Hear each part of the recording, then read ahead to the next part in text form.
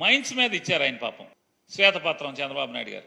Mines మీద శ్వేతపత్రం ఇచ్చేయండి అంటే చంద్రబాబు నాయుడు గారు 5 ఏళ్ల కంటే కూడా జగన్మోహన్ రెడ్డి గారు 5 ఏళ్లలోనే మైన్స్ మీద ఆంధ్రప్రదేశ్ రాష్ట్రానికి రాబడి గట్టిగా వచ్చింది కదా.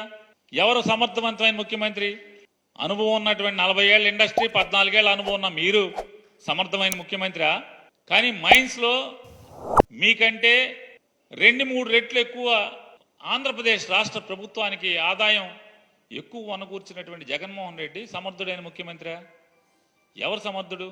ఇవాళ ఈయన సమర్థత జోలికి చూస్తుంటే మనం చంద్రబాబు నాయుడు గారి సమర్థత చూస్తే 40 ఏళ్ల ఇండస్ట్రీ, 14 ఏళ్ల ముఖ్యమంత్రి. జగన్మోహన్ రెడ్డి గారినేమో ఇష్టారాజ్యంగా నోటికి వచ్చినట్టు బూతులు తిడుతూ శ్వేతపత్రంలో 4 అబద్ధాలు, 10 జగన్మోహన్ రెడ్డి గారిని బూతులు తిడతాం. ఇదే కదా శ్వేతపత్రం అంటే? తిడతమే, జగన్మోహన్ రెడ్డి గారిని తిడతమే కదా.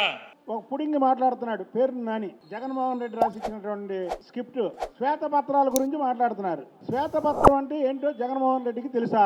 శ్వేతపత్రం ఏ రోజన్నా విడుదల చేశాడా?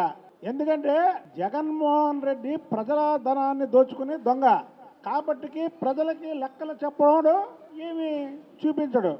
చంద్రబాబు నాయుడు గారు ప్రజాధనాన్ని ప్రజలకు పంచిపెట్టే మనిషి కాబట్టికి శ్వేతపత్రం రిలీజ్ చేశాడు. శ్వేతపత్రం అంటే ఏంటో అర్థం తెలియని జగన్మోహన్ రెడ్డి, శ్వేతపత్రం అంటే ఏంటో తెలియని పేరున్నాని చంద్రబాబు గారి గురించి శ్వేతపత్రం విడుదల చేసిన దాని గురించి మాట్లాడుతున్నారు.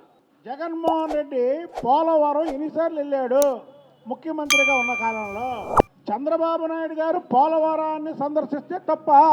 పోలవరం పూర్తయితే ఈ రాష్ట్రం సస్యశ్యామలంగా ఉంటుంది కాబట్టికి చంద్రబాబు నాయుడు గారు వెళ్తారు, రోజుకు ఒకసారి వెళ్తాడు. ఏంటి మీకు నొప్పి? మీరు పని చేయరు, చంద్రబాబు గారు పని చేస్తుంటే దాన్ని విమర్శిస్తారా?